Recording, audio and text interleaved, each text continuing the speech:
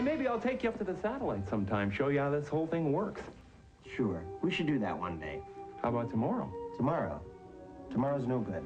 Jim Carrey plays your worst nightmare, the cable TV installer who just won't leave in The Cable Guy. One of 6 new summer movies we'll be reviewing this week on Siskel and Ebert, including a new film with Robin Wright from Forrest Gump and such provocative summertime silliness titles as Switchblade Sisters and Sergeant Kabuki Man NYPD.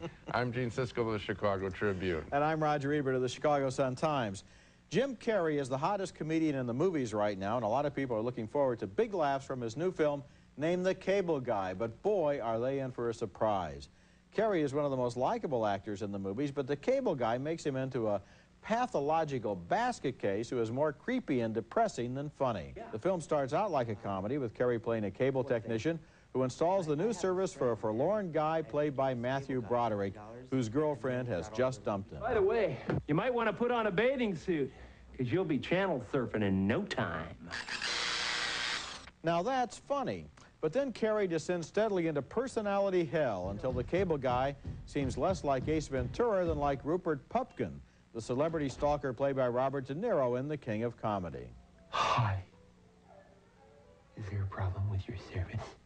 Yeah, my cable is out. Really? It turns out the cable guy desperately, obsessively wants a friend, and he thinks he has found one. I knew you'd like this place. I come here twice a week. Welcome to medieval times. I'll be your serving wench, Melinda. Might I fetch you something from the barkeep? Dost have thou a mug of ale for me and me mate? He has been pitched in battle for a... And he turns up everywhere, including Broderick's apartment for an impromptu karaoke party.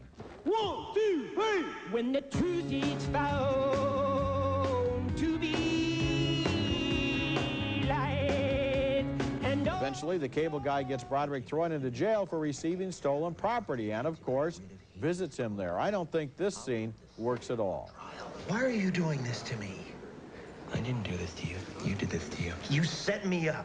No, I taught you a lesson. This is a seriously disturbed human being, and not in the funny ways that Ace Ventura was disturbed.